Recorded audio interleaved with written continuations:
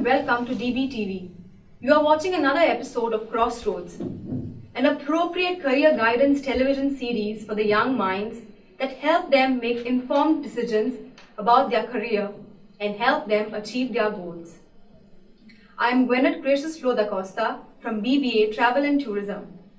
We are honored to have today with us Mr. Ralph D'Souza, Chairman of the D'Souza Group, a business house engaged principally in hospitality business, owning resorts, travel agencies, and a forex company. The group also owns a construction company and service apartments, being the last addition to the group's activities. A well-renowned personality today, Mr. D'Souza is the chairman of the Goa America Heart Foundation Trust and is on the Board of Governors, Government of India, Ministry for Tourism, Institute of Hotel Management, Orvoring. He is the member of the Managing Committee and the Honorary Secretary of the Goa Chamber of Commerce and Industry. He is the Managing Trustee of the Museum of Christian Art. Mr. D'Souza is also the past President of the Travel and Tourism Association of Goa and the past Chairman of Confederation of Indian Industry, Goa Council, and the past Chairman and Patron of Goa Heritage Action Group. Recently, the Government of Goa has appointed Mr. D'Souza as the member of the State Planning Board and on the Board of Directors of Economic Development Corporation of the State of Goa. Mr. D'Souza belongs to the village of Asagam. He lives with his wife Carolina, a secondary school teacher at St. Mary's High School, Mapsa, and his two children, Carlos Noel and Carla Maris, at Saligram. We welcome you, sir, to the special interview on DBTV. I hope after such a lovely introduction, I'll do justice to your questions. Sure, sir. Okay. To start with, sir, as you have been associated with the Travel and Tourism Association of Goa for more than 10 years, could you please tell our viewers the purpose of establishing the PTAG and could you please highlight some of its objectives? Well, TTAG was first formed just as a club of its members, but then the industry grew and issues grew and things became serious. So it became very business-like, and for last 2 decades, it's been the premier tourism body of Goa. The objectives of that would be it helped to interact with its members. It also helped to interact with the government. TTAG works with the government. You'll be surprised that the Director for Tourism as well as the Managing Director of GTDC are in the governing body of TTAG, the members of the committee. So this is a window, 2 windows for the government to understand what's happening in the trade and for the trade to know the thinking of the government. Another objective of that is there are various other issues that sometimes go beyond the government which we have to handle. Maybe legal issues, maybe infringement of the rights of the people in the trade. So they have to be taken care of. Very often legal addressal has to be obtained for that.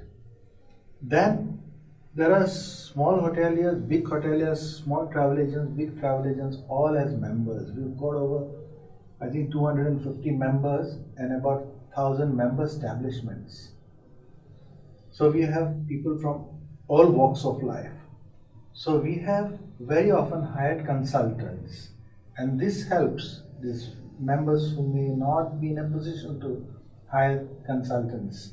So they can share all their issues with TTAG, and with the help of these consultants, very often their problems are addressed.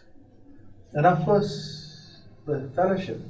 Once you meet, you get to know each other better, you exchange ideas, and also you complement the business. So this basically is what was the objectives, and I'm happy to tell you that we have achieved almost all these. But it's an ongoing thing. There's no last chapter for this. So it will go on. For something really enlightening, sir. Could you tell us on how is the PTAG fulfilling these objectives? As I told you, see, there are some cases where we had to hire consultants. We've done that in power tariff. We've done that for commercial taxes. And we have also done this for other legal requirements that we had. So by these professionals being involved, we have sorted so many problems out based on their expert views, and after interaction of the members, we have given a memorandum to the government which has been addressed. Because unless you go with something concrete, otherwise they shoot holes in it. So we had to have professional advice in that also. We have succeeded there. Again, as far as legality is concerned, PTAG has filed 3 petitions and we have succeeded. One was in the taxi issue, where the High Court gave a verdict. That time there was a move to restrain passengers from using coaches and only go by taxis. So the bench clearly said that the choice of the mode of transport is of the passenger, it's not of the operators. And also about law and order, everything was put to rest there. Another thing was, as far as the garbage was concerned, issue of the garbage. One fine day we received a circular from Panjim municipality. Now it's the municipal council. I think it's upgraded to, whatever the nomenclature is. That they would not take garbage anymore, collect garbage anymore. That they would do that only for another 8 days, 8 to 10 days. We had no alternative than going to the High Court. We went to the High Court, and our plea was this. Municipality as well as Panchayat are civic bodies. The principal duty is cleanliness and garbage collections. When they have written this letter to us and told us that this is not possible, they have abdicated the right to exist. So the logical outcome would be dissolution of all this. Within 48 hours they came back and we pay. The infrastructure tax plus for garbage tax we pay. They are supposed to do it. Because people, the hotels in Panjim were at a loss. There's no enough space. Many of them have to put the garbage plants or composting plants and all. So that's where we succeeded as well. So these are the examples I gave you. We also have another very important thing is we have, before the budgets, we have something called pre-budget memorandum, and we have interaction with the finance minister, what the trade requires. And we are very objective on this, and we are very open. We do not want the government to lose revenues, but we also tell government how to earn extra revenues, but from the right places. Move on to the next question, sir. Since the tourism industry is one of the booming industries in Goa, what are the trends that the tourism industry has witnessed?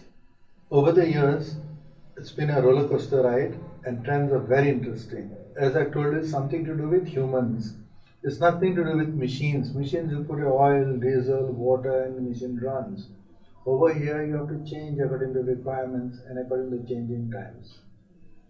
So what started in 60s as a destination for the flower children evolved over time. This was followed by the caravan. People used to drive from Europe. And we had families camping in Bagan and Anjuna. But that stopped after invasion of Afghanistan by Russia, that time of the Soviet Union. Then there was a revolution in Iran. Shah of Iran was overthrown. We had a problem with Pakistan, so the entire route was closed. So that went off. Then started the charter movement. The charter movement started in a very interesting way.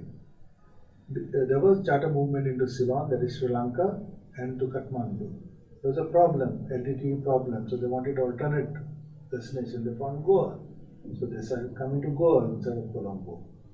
And when the people, Germans, saw that Goa also was a good place, the Condor flight, they started using Goa as well. And ultimately they did well in the decision, Because ultimately what happened was there was a problem in Kathmandu and they had to stop there. So you can go by default, it became the prime destination for these charters.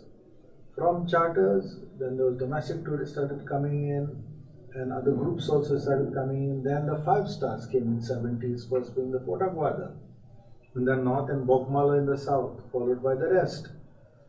They also market, so you had a different type of tourists, different profile of tourists coming from all over the world to visit Goa. This was followed by scheduled direct flights. You have today Air Oman, you have Qatar Air, you have Air Arabia. They touch directly to Goa and they touch the hub, and from there they connect Goa to about 120 principal cities in the west and Air Asia to about 24 cities in the east. So the connectivity was built. Once a connectivity is built, it's easier to travel, and you have people coming from here, and again it became FIT is free of itinerary traveler. So those people started coming because these flights were available. So from charter, it started going to FIT. Then Goa got a very popular as a wedding destination. Today it is a premier wedding destination. People come to Goa to get married, to have a blast. Not only from India but from many other parts of the world as well. That is not only the weddings, we have engagements here, we have parties here, birthday parties, and other celebration. So it is a place full of life. So this is where they want to spend their happy moments. So these are all the changing trends. Goa indeed had a long history when it comes to tourism. Sir, could you please tell us some of the future projections for the tourism industry in Goa? See, what has happened is, whenever we project the future, we have to see one thing. We have to see the size of Goa. This is the principal thing. Goa is a very small state. North to south, it is about 104 kilometers as the crow flies, and east to west, just 65 kilometers. So, Goa has got limited infrastructure, limited space. So, we cannot take in the numbers. What we have to do is we have to change the trend of numbers. I would say the future of Goa lies in quality visitors rather than the quantity of the visitors. That's the first thing. Secondly, Goa, whether you like it or not, is a welfare state. There's no state with so much welfare in whole country, and maybe in many parts of the world than Goa. Here, education is free, medical is free, now super specialty, heart problems free.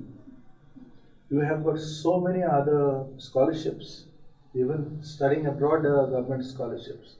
Then you have Ladli Lakshmi, girls go 18 and you get a lakh, plus so many pension schemes. So Goa has become a welfare state. So you have to, state has to collect these revenues. And today tourism industry is a principal industry. Government collects 600 crores from them, minimum. Only the state government, plus we have the local taxes, panchayats, municipalities, plus central taxes. It crosses 1,500 crores. So unless you collect this, they cannot run these schemes. And from where they'll get this? From the industry, but industry has to have good quality tourists who can pay high tariffs so government can make high revenues. This is second. And third, we must understand why the tourists have come to Goa. They have got a choice of thousands of destinations. 3/4 of the world is covered with water, so you have coastlines all over. But why Goa? This is a very important question for us to know. And this answer I got asking the people in my 27 years in tourism. I've been asking them, what is that brings you all in Goa? They come from all over. And they answer a 5-year piece which I've gathered from them. One is Goa as a clean and a safe destination. Second is the mixed cultures and cuisine in Goa. Third, the natural beauty of Goa. The fourth, the hospitable Goans. And fifth are the beaches and the warm waters of the Arabian Sea. Besides this, nothing appeals. If our future depends upon these 5 USPs, if we compromise on this, the entire industry will collapse on our heads. Of course, we've had bad press because of some cases like Scarlet and all. Luckily, that was handled by Goa-friendly tourists in Europe who bombarded those newspapers, saying they were giving the wrong impression. This is Goa. They're full of values. They're brought up very well. The family is very strong there. If this has happened, it's because of some other reasons. They protected us, and they told the press exactly what the problems were, because that was having a problem with the safety aspect of Goa. In spite of whatever there is here, if you go on the website, Goa is the safest destination compared to all its competitors. Goa is branded as a long-haul winter destination. Means long haul because the distances are long from Europe into Goa. And we sell the winter sun. That is our product. Okay?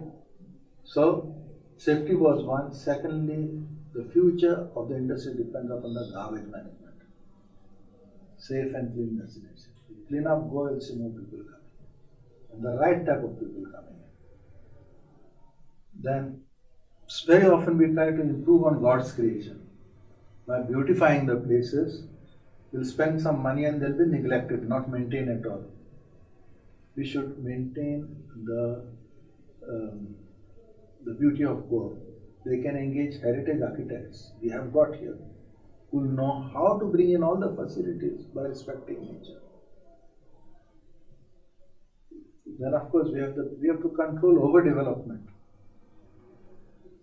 because there is a lot of concretization that's going on, especially in the North Goa beach belt. That has to be controlled. Then your beaches and your sea will be protected. And of course, there are some things that are not in our hands. That is because Goa is the highest per capita income with all the facilities. We have got huge immigration coming in. That is diluting the Goan culture. So they find see less Goans every time they come. But these are the USPs we have to take care of. And depending upon this is the future of Goa's tourism. If you want details of this, there are some new projects that are supposed to come that we have also asked. Like 2 conference halls, standalone. One in North Goa, one in South Goa. They have their own hotel, they have their own logistic facilities, and they have got amphitheaters, they have got everything. If we have that, MICE destination will come to Goa. MICE stands for Meetings Incentives. So, what will happen is, it will be a 12-month destination. This is the thing we have asked. We have asked them to develop river cruises. Goa was made by God to be seen from the rivers. When you go, and we have got 350 kilometers of navigable rivers. Nobody has got these.